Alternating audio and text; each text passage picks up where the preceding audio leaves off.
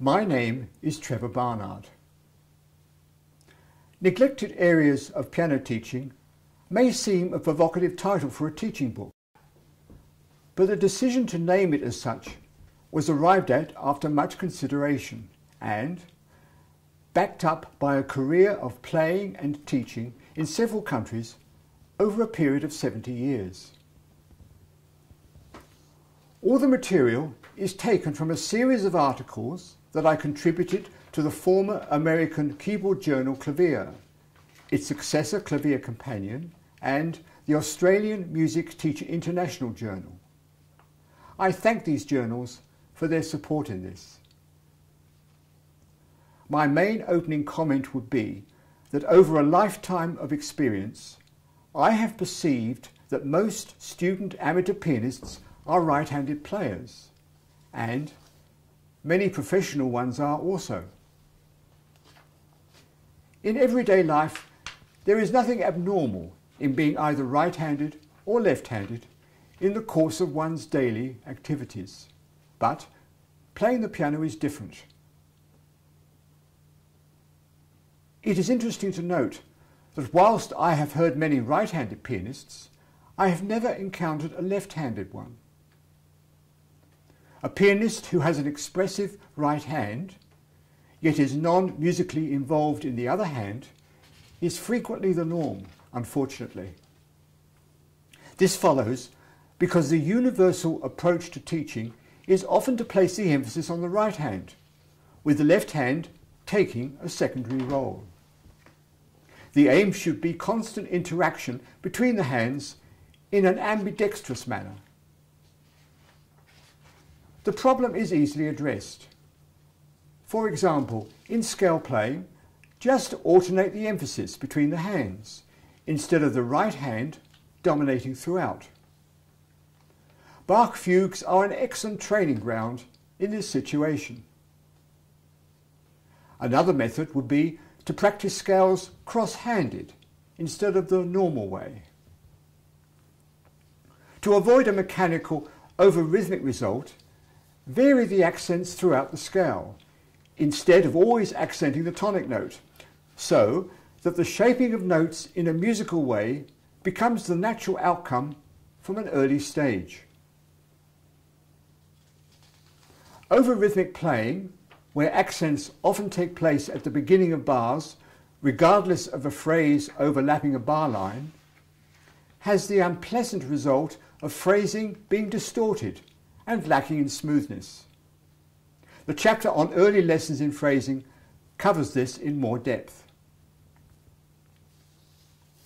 If there is a worry about losing the indicated meter, then a small pause at the bar line itself will stabilise and allay worries in this regard. It is essential that the feeling of the indicated meter is never lost, and this extends further to rhythmic syncopation. For example, in a bar where there is a 6/8 time signature, with one hand having 3 crotchet or quarter notes, and the other 6 quaver or eighth notes, the composer might indicate a syncopated accent on the 3rd quaver eighth note, so that the time signature can end up in 3/4, with 3 groups of 2 instead of 2 groups of 3. This can be disastrous if playing in ensemble with others, but is easily solved by inserting a small pause after the second of the crotchet or quarter notes halfway through the bar or measure. This will then maintain the correct meter in an unequivocal, clear manner. See my free article on rhythm, where this example is included with other reflections. Moving on to another essential area, pedalling. There are 2 pedals that more advanced players use in their performances: the damper pedal, often called the sustaining pedal, and the unicorder pedal, or the soft pedal as it is often referred to. Both frequently received inadequate attention from teachers in my view.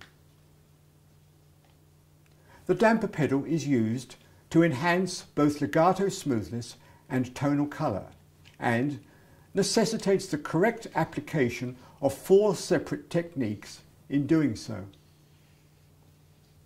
The soft pedal, on the other hand, should be applied when focusing on tonal control and projection where softer dynamics are indicated.